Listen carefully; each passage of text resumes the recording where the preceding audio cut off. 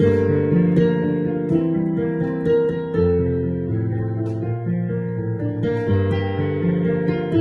everyone, and welcome to this video, the next in our series that we're doing on the Magdalene Institutions in Ireland in the 20th century.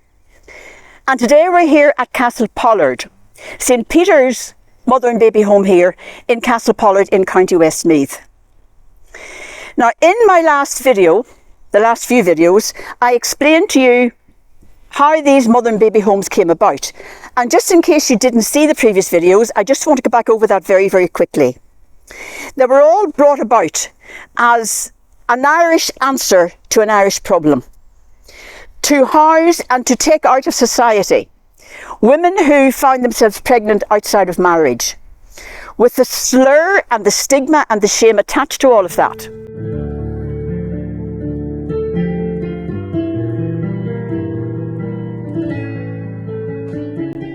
And with me today I've got Kathleen who herself was born here in Castle Pollard and was with her mother for the first 3 years of her life in the building here behind me, and then was adopted from here. And Kathleen's story, she had a very happy life with her adopted parents, but the sadness is that when she eventually found her natural birth mother, it was too late to meet her. Her mother had passed on. So Kathleen, can you tell us about your any early memories here in the first 3 years of your life? Or is that too far back to remember? I have a very vague memory of here. Too young, yes. Mm-hmm. I remember the shiny wooden floors and somebody holding, it was like my mother's hand, because I had to reach up. But I always felt safe. I've still no feeling of being harmed or hurt or any way at all. It was okay. There's a calmness about it when I come here. I know the first time I visited here about 5 years ago, maybe 6, it was hard. I felt the energy was just so overwhelming. But today it feels fine. Energy's good, you know, and I'm sure a lot of good happened here as well as a lot of sadness. There was a lot of heartbreak for people. Mm-hmm. But it was also a refuge for some people. Oh, absolutely. Safely for them, yeah, from the shame and the... The whole intention probably of this place, of these buildings, were to mind the people, to mind the mothers and the babies. Originally, yes. Yeah. And then, of course, money came into it. Exactly. Mm-hmm. But as far as I'm concerned, the not knowing my mother's name, not knowing my name for so many years, it was like I had no roots. I had nothing to lean on. And you know, sorry, were you taken from your mother out of here? Did your mother stay here when you were taken? She was here with me for 3 years. And where did she go? She went to Dublin to live. She went to Dublin, and you were taken out. You came out at the same time. No, well, she was a little while later after. Right. Okay. So you were taken from here, and she was still here. Right. She was still here.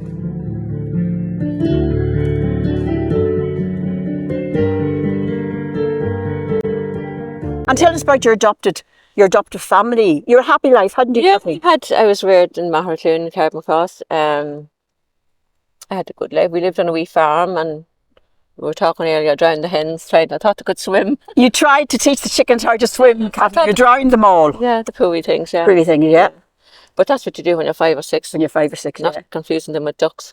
But anyway, yeah, life was good. I had a brother, Patsy, who was adopted as well, but he unfortunately died when he was 15 in a car accident. And you knew that was going to happen. You had this sense that this was going to happen, hadn't you, Kathleen? Well, I found out on the day it happened. I was only 16, over 16 and a half maybe. And I felt a very heavy energy on my shoulders, like weight. I didn't know what it was. But I remember coming from college, I was in Carrick Street at the time, getting off the bus in Kingscourt and crying the whole way down the road, down to Corrigay. And you didn't know why? I didn't know why. And he was in that accident that night where he died the next morning. And yeah, it was shocking. But it was very, very tough because he was my only friend. Well, not only friend, but in the house growing up, it was just him and me, and kind of after that going home at the weekends, and the quietness killed me. The sound of silence was unbelievable, you know.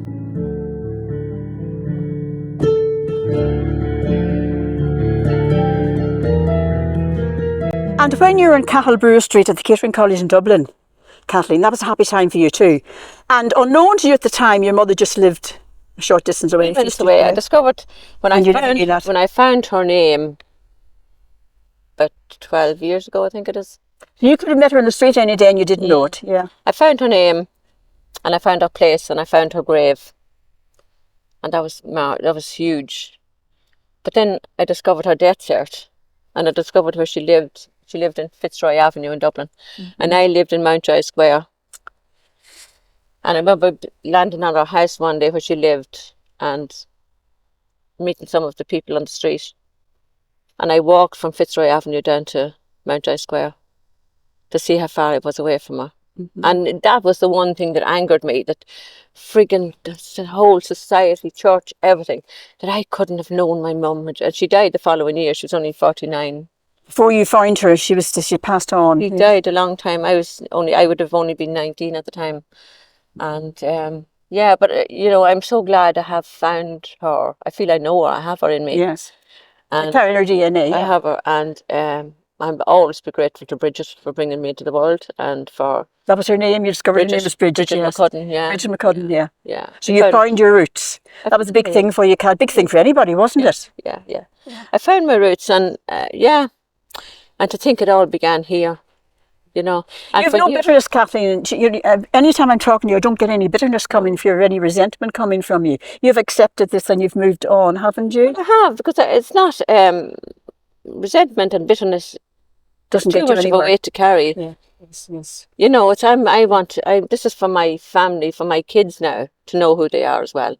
I needed to know my name to find out who I am, so they will know who they are and who their generations are. You know, I also found my dad as well a few years later, and you see, both of them grew up in the same neighbourhood. Was he alive when you found him? No, he was passed on to. Yes, there was a field between them growing up, and now there's a grave between them down in Lahagish and Monaghan. Right. Okay. Yeah.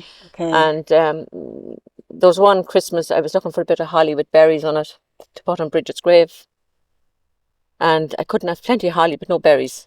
So didn't I go to Charlie's grave, and my dad, he had holly.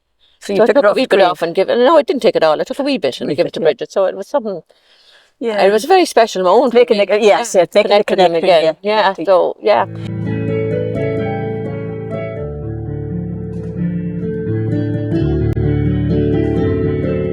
And Kathleen, you've got your book here, I see. Tell us about the book, please. Well, the wee book, it's called Who Are You Anyway? It's lovely, I've read it, it's lovely.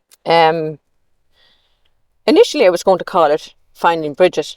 But the night before it went to print, a friend of mine, Rose, rang me to say, there's a book. There is the book, Finding Bridget, yes. No, it's my name is Bridget. My name is Bridget, yeah. Book. Yep.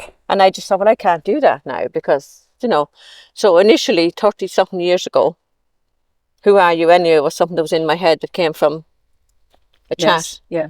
And I walked around the kitchen and Who Are You Anyway came back up. So that title is 34 years old or more. And writing this book has been of great help to you, hasn't it? Yeah, it has. There's great healing in it. Great healing, yeah. And yeah, it's like my 8th child is now, you know. How many children have you now, Kathleen? 7. 13 grandkids. But look at, 13 grandchildren, my goodness, you're busy. But Bridget came in, I remember I met Rose again, I mentioned Rose earlier, she'd be a cousin on my mum's side.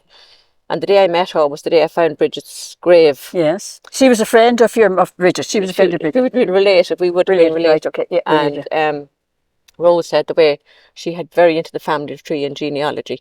And she'd done the McCudden side and had closed this thing because there was nobody left. Oh. And I walked into her house that day with 7 kids and 7 grandkids at the time. Yeah. Opened it all up again. And I found so many people in America and everywhere, and I've been in America since. That's lovely. That's lovely. Cousins and stuff like that. And Kathleen, in your book you say that nobody knew about your mother being here in Castlepollard. Even one of her best friends didn't know. I met her best friend, Maggie. Maggie's deceased a couple of years now. She's lovely. Maggie grew up beside Bridget. And Maggie was with Bridget the night before she went away. And Bridget made her a cup of tea. But Maggie never knew where Bridget went. She was gone the next day. And when I walked in and asked her, did she hear of Bridget McCudden? She cried. And here was her daughter in front of her. Oh, it was lovely.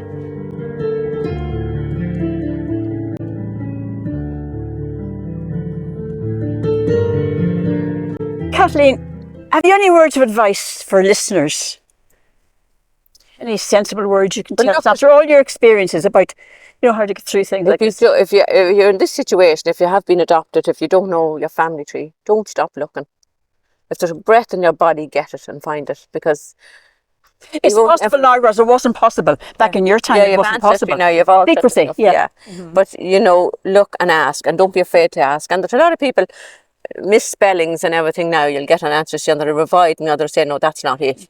It is it, because when I was looking for Bridget, there was I was told by my social worker there was a misspelling in her name. And when I went down to look, we went to a pub in Shantana and asked about McCrudden's, because that's what was on my birth cert. On your birth cert, yes. And they said no, but there was McCrudden's. And that's when the light went on, and that's when I knew we were right, that this was where we were, where we should be. And then I went on Ancestry and I found, yes, it's all complete, it's all perfect, it's all, yes, yeah. But that misspelling, do not give up. Never, ever give up.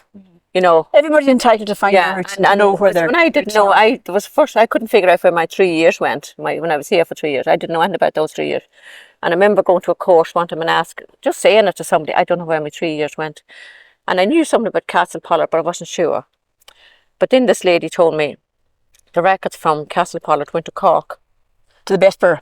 Yeah, well, my sister no, it was another place in Cork. Yeah, but she gave me the address and I wrote to it. And in 2011, that's when I found everything out that year. The wedding, the Saturday before Christmas, there was post that day in the Republic because of Christmas. All right, okay. And I got my letter to say where I was, all my time in Castle Pollard, all the details of when I arrived. When my mother arrived first, pregnant, then I was born in Monaghan County Hospital because of complications. Complications, right. And all that came back to me. And then you were taken back here after that again. Taken back here for 3 years then. Yeah. Yeah, so, yeah.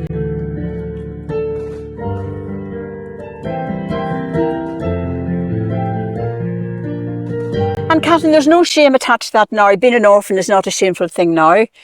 Being pregnant outside of marriage doesn't have the stigma and the shame it had back in the early years. Sure doesn't. No, but I carried... change now. So as Kathleen says, you shouldn't be afraid or hesitant to go and look for your roots, because it's there for finding if you really want to find it. I carried that shame for years. Oh, years. Like, I couldn't tell anybody about being adopted. And I don't know why. Like, I don't know why. Nobody said don't say. The stigma and the shame at the time instilled into the Irish ethos. Yeah. This was wrong. Like, I was at school and... Victorian prudishness. This was evil. Yeah, but it was like... I didn't know what it meant. No. What adoption meant, but I knew I was adopted for years. Until I was about 11. Till you were 11? Somebody at school said to me, one day, a girl in 6th class, is your mum and dad dead? I said, not at all. They're at home in the kitchen. Yeah. As I thought, yeah. But she said, why are you adopted then? And that's the day it clicked that I knew what adoption meant. I didn't have to look at the dictionary. But I never said it. I never said it to them because, sometimes you feel, I felt as adopted, I felt obliged, I felt obligated for a long time.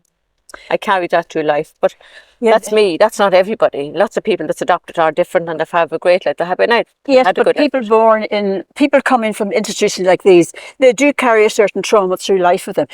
A bulldozer can knock down buildings. This building can become deserted and derelict, but you can't get rid of the trauma and the suffering that women have experienced in these institutions. It's part of their life, and they'll carry that on from generation to generation. But they can't let hold them back. They can't But they can't stuff it down either. They've got to work it out. Yeah, they have to work it out. Own it. You own it. Not be afraid of it. And it's all got to be got out there in the public domain. It can't be kept. It's quiet. Yeah. The longer it's kept quiet, the more it's going to go on. But own it, let it go, leave it there. Know that's part of you. But don't carry it every day. It's not a bag of coal. You can't. It's our history, Kathleen, but it's also our present. Yeah. But it's part of us, but it can't determine who we are now. It can't destroy the future, for anybody coming, Kathleen, thank you very much for talking to us. I hope that hasn't upset you too much now. You okay? I'm okay, I'm glad. Yeah. Okay, thank you everybody for listening, and until we meet again, namaste.